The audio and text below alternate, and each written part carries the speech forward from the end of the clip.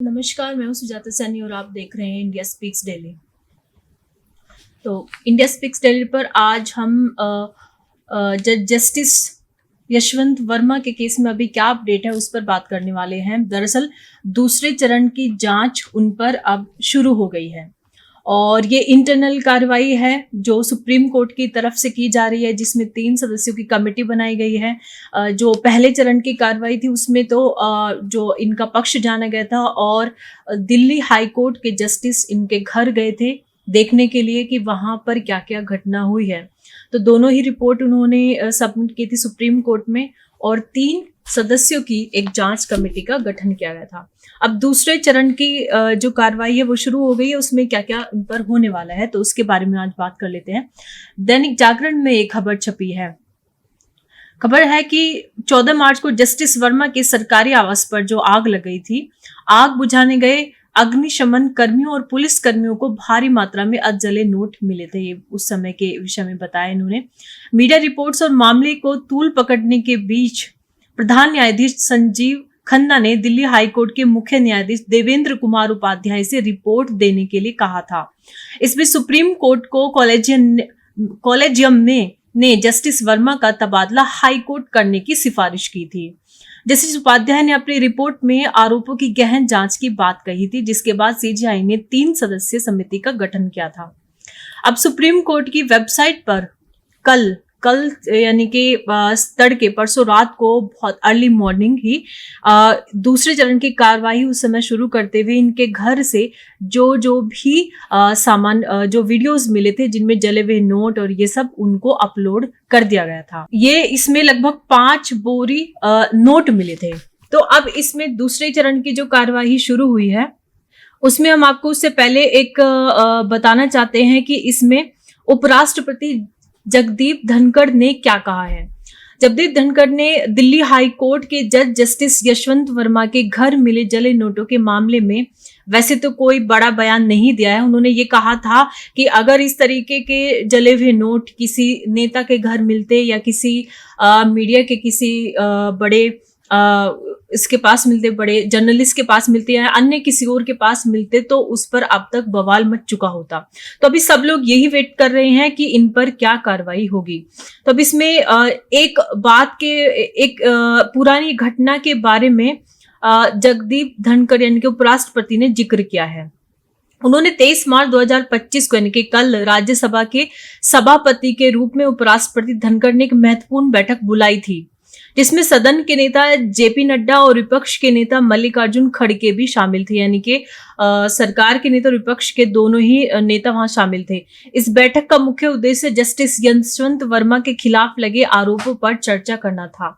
बैठक के दौरान धनखड़ ने राष्ट्रीय न्यायिक नियुक्ति आयोग NJAC का उल्लेख किया, जो पहले सदन से पारित हुआ था लेकिन सुप्रीम कोर्ट द्वारा खारिज कर दिया गया था।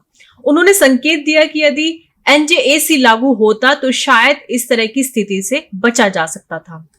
तो आज हम ये जिस कानून की बात यहाँ उपराष्ट्रपति कर रहे हैं जो 2014 में लाया जा रहा था, NJAC के बारे में आज चर्चा करने वाले हैं कि वो कानून क्या था और उसमें क्या प्रावधान थे और सुप्रीम कोर्ट ने उसको खारिज क्यों कर दिया था, यानी कि सरकार उसको लागू नहीं कर पाई थी।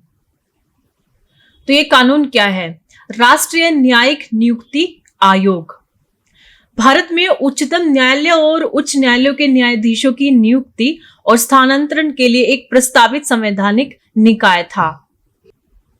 इसे भारत के संविधान में 99वें संशोधन के माध्यम से लाया गया था, जिसे संसद ने 2014 में पारित भी कर दिया गया था।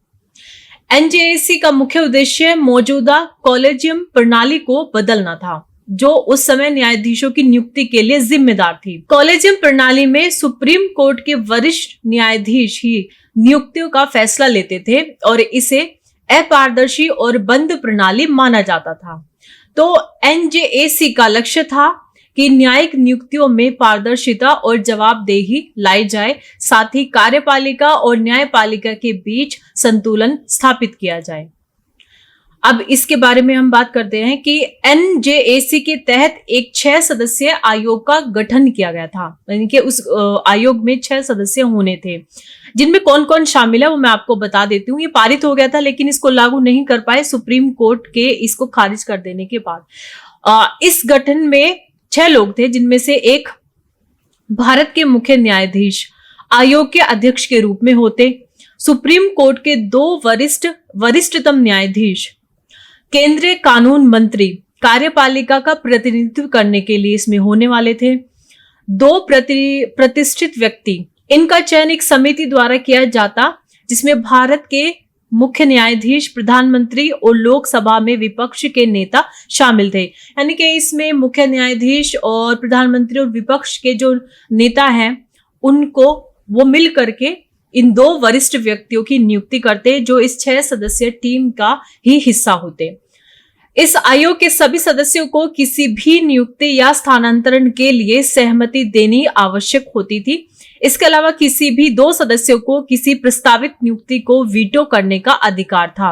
यानी कि इसमें वीटो का अधिकार भी था कि अगर कोई नियुक्ति ऐसी होती है जिसको लेकर कम से कम 2 सदस्य उसको अग्री नहीं करते हैं कि नहीं ये नहीं होना चाहिए, तो वो उसमें वीटो करके उस नियुक्ति को रोक सकते थे। तो जो अभी कॉलेजियम प्रणाली है उसके तहत जिन जजों की नियुक्ति होती है वो जजों का जो इंटरनल प्रोसेस है उसके तहत ही होती है। अब इसकी वजह से होता क्या है, पारदर्शिता नहीं है, तो इसलिए उपराष्ट्रपति धनखड़ ने इसका अब याद दिलाई है कि अगर हम उस समय जो कानून लाए थे और सुप्रीम कोर्ट इसे खारिज ना करता तो अभी तक ये जो मामले उठ रहे हैं कि जो जजों के ऊपर जो आरोप लग रहे हैं, जो अभी इतनी मोटी रकम है कि 4-4 बोरिया जले हुए नोट उनके घर से मिले हैं, तो इस तरह की घटनाएं से बचा जा सकता था। अब एनजेएसी के उद्देश्य क्या थे? कॉलेजियम प्रणाली में सुधार करना। कॉलेजियम प्रणाली की आलोचना होती थी कि यह पारदर्शी नहीं है और इसमें जवाबदेही की कमी है। एनजेएसी का उद्देश्य इसे बदल कर एक ऐसी प्रणाली लाना था जिसमें कार्यपालिका की भी भूमिका हो। अब यहीं पर सुप्रीम कोर्ट ने इसी वजह से बाद में इसको खारिज कर दिया था। और दूसरा इसका उद्देश्य था न्यायिक नियुक्तियों में पारदर्शिता। कार्यपालिका और नागरिक समाज के प्रतिनिधियों यानी कि प्रतिष्ठित व्यक्तियों को शामिल करके नियुक्ति प्रक्रिया को अधिक खुला और जवाबदेह बनाना। तीसरा इसका उद्देश्य था शक्ति संतुलन। न्यायपालिका और कार्यपालिका के बीच नियुक्तियों में संतुलन स्थापित करना। अब सुप्रीम कोर्ट ने इसको खारिज क्यों किया था उस पर भी बात कर लेते हैं। इसमें सुप्रीम कोर्ट ने क्या तर्क दिया था? 2015 में सुप्रीम कोर्ट की 5 जजों की संवैधानिक पीठ ने 4-1 के बहुमत से एनजेएसी को असंवैधानिक घोषित कर दिया था और संविधान के 99वें संशोधन को रद्द कर दिया था। ये वाला जो कानून मतलब ये जो बिल आने वाला था वो 99वें संशोधन के तहत आने वाला था, जिसको इन्होंने रद्द कर दिया था। इसके पीछे कई कारण थे जो इस प्रकार से हैं। तो पहला कारण है कि न्यायपालिका की स्वतंत्रता का उल्लंघन। सुप्रीम कोर्ट ने माना कि एनजेएसी के तहत कार्यपालिका को न्यायाधीशों की नियुक्ति में बहुत अधिक शक्ति मिल जाती है। केंद्रीय कानून मंत्री और 2 प्रतिनिधित्व व्यक्ति जिन्हें कार्यपालिका के प्रभाव में चुना जा सकता था, आयोग में वो शामिल होते, जिससे कार्यपालिका का हस्तक्षेप न्यायपालिका में अधिक बढ़ जाता। भारतीय संविधान के अनुच्छेद 50 में कार्यपालिका और न्यायपालिका के बीच शक्तियों का पृथकीकरण सुनिश्चित किया गया है। कोर्ट ने कहा कि एनजेएसी इस सिद्धांत को कमजोर करता है क्योंकि यह न्यायपालिका की स्वतंत्रता पर अतिक्रमण करता है। तो इन्होंने ये बोल करके कि हमारी यानी कि न्यायपालिका के आप कार्य में आप लोगों को अधिक शक्ति मिल जाएगी, तो इसलिए इस अनुच्छेद 50 का हवाला देते हुए इसको असंवैधानिक बताया। दूसरा कारण इन्होंने बताया था कि संविधान के मूल ढांचे के खिलाफ है। सुप्रीम कोर्ट ने अपने फैसले में मूल ढांचा सिद्धांत का हवाला दिया था। इस सिद्धांत के अनुसार संसद संविधान में संशोधन कर सकती है, लेकिन वह इसके मूलभूत तत्वों जैसे कि न्यायपालिका की स्वतंत्रता को नष्ट नहीं कर सकती। तो अगेन फिर इन्होंने वही न्यायपालिका की स्वतंत्रता के बारे में बात कही कि आप मूल ढांचे को परिवर्तित करने की कोशिश कर रहे हैं। कोर्ट ने माना कि एनजेएसी के तहत कार्यपालिका की बढ़ती भूमिका संविधान के मूल ढांचे का उल्लंघन करती है, क्योंकि यह न्यायिक नियुक्तियों को राजनीतिक प्रभाव में ला सकती है।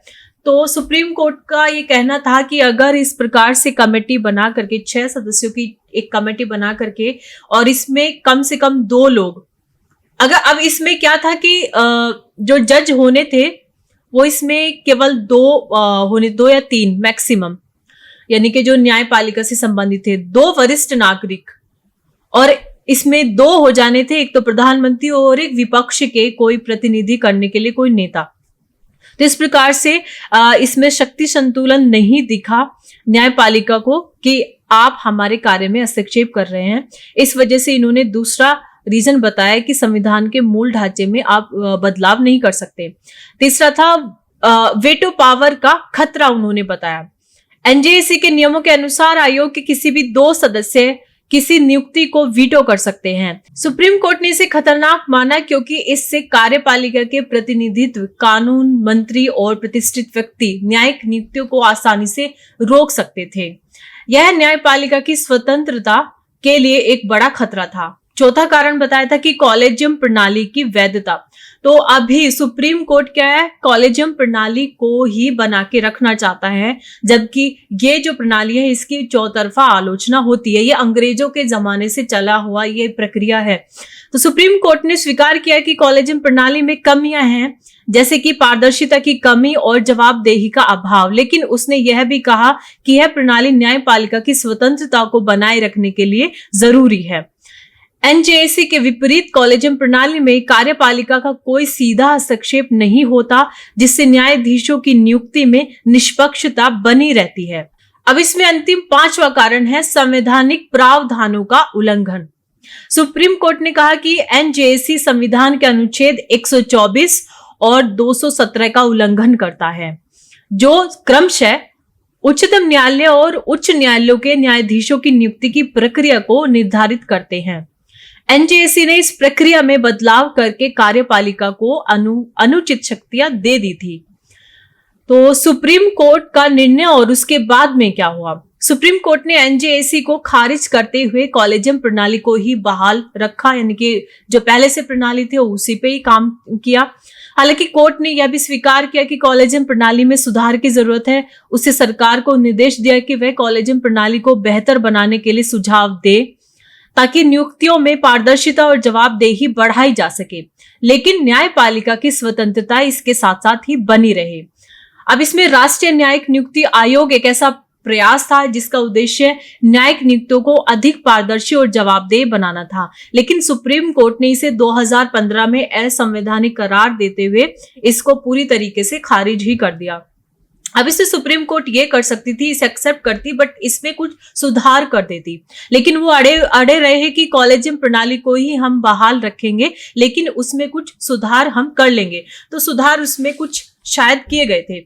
उसमें इंटरनल जांच की बात कही गई थी, जिसमें कोर्ट के अंदर, यानी कि सुप्रीम कोर्ट के जो अभी सर्वोच्च न्यायाधीश हैं, उनकी अध्यक्षता में अगर कोई ऐसा मामला आता है जिसमें जजों के ऊपर कोई मामला बनता है, जैसे अभी ये जले हुए नोट एक जज के घर से प्राप्त हुए हैं, तो ऐसे मामले में एक इंटरनल जांच का प्रावधान उसमें नया किया गया था। ये 2014 में किया गया था, जब ये कानून को लाने का प्रयास किया गया उसके बाद। तो ये केवल सुधार कॉलेजियम प्रणाली में केवल इतना तक किया गया था।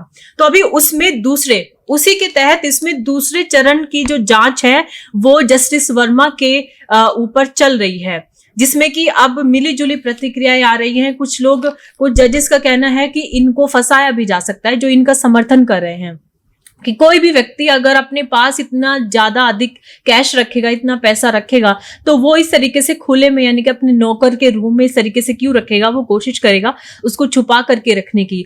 और ये उस दिन घर पर भी नहीं थे, तो हो सकता है किसी ने इन्हें बदनाम करने के लिए या षड्यंत्र के तहत इनके यहाँ पर वो नोट रख दिए हों, ऊपर से आग का लग जाना। तो इस तरीके की आशंका कुछ लोग भी जता रहे हैं। कुछ लोग इसमें कह रहे हैं कि भाई जो भी व्यक्ति भ्रष्टाचार करता है, चाहे वो कोई बड़ा अधिकारी हो, जज हो, या वो अपने नौकर वगैरह के नाम पर ही प्रॉपर्टी लेना, उन्हीं के हाथों से कैश को डिलीवर करना, इधर उधर लेके जाना या लेना, वो सब काम करते हैं। खुद से वो डायरेक्टली इन्वॉल्व नहीं होते उसमें। तो इसलिए हो सकता है कि इन्होंने वो अपने नौकर के यहाँ पर ये सारी चीजें जमा करके रखी हुई थी। और अक्सर जैसे आग लग जाती है, नोटों में आग लग गई तो वो तो 5 मिनट में चिंगारी लग के भड़क जाती है। तो इस प्रकार से मिली जुली प्रतिक्रिया आ रही है। लेकिन ये हमने आपको एनजेएसी जो एक कानून, राष्ट्रीय न्यायिक नियुक्ति आयोग, सरकार ने 2014 में लाने की कोशिश करी थी। उस समय नई सरकार बनी थी बीजेपी की, तो यही उसको लाना चाहते थे। तो उस समय इस पर विपक्ष ने भी हंगामा किया था और जो सुप्रीम कोर्ट है उन्होंने तो इस कानून को खारिज ही कर दिया था। आप हमें कमेंट बॉक्स में लिख करके बताइए कि अगर ये राष्ट्रीय न्यायिक नियुक्ति आयोग कुछ सुधार के साथ, जो कि जिन पर सुप्रीम कोर्ट को आपत्ति थी, आ जाता, तो क्या कॉलेजियम प्रणाली से भारत को छुटकारा मिल जाता? क्या न्यायिक प्रक्रिया जो है वो पारदर्शी हो पाती? आपको इसके विषय में क्या लगता है? अगर आपको इस कानून को जो लाया गया था, जिसको कि कार्यपालिका ने, यानी कि ये इसको पारित कर दिया गया था, सदन में ये पारित हो गया था, तो उस पर आपको कोई जानकारी है तो उसके विषय में भी आप हमें कमेंट बॉक्स में लिखिएगा। अब दूसरे चरण की जो कार्रवाई है उसमें आगे क्या होने वाला है, उस पर रोज जो भी अपडेट होगी उसके विषय में हम आपको जानकारी देते रहेंगे। अभी के लिए इतना ही, धन्यवाद।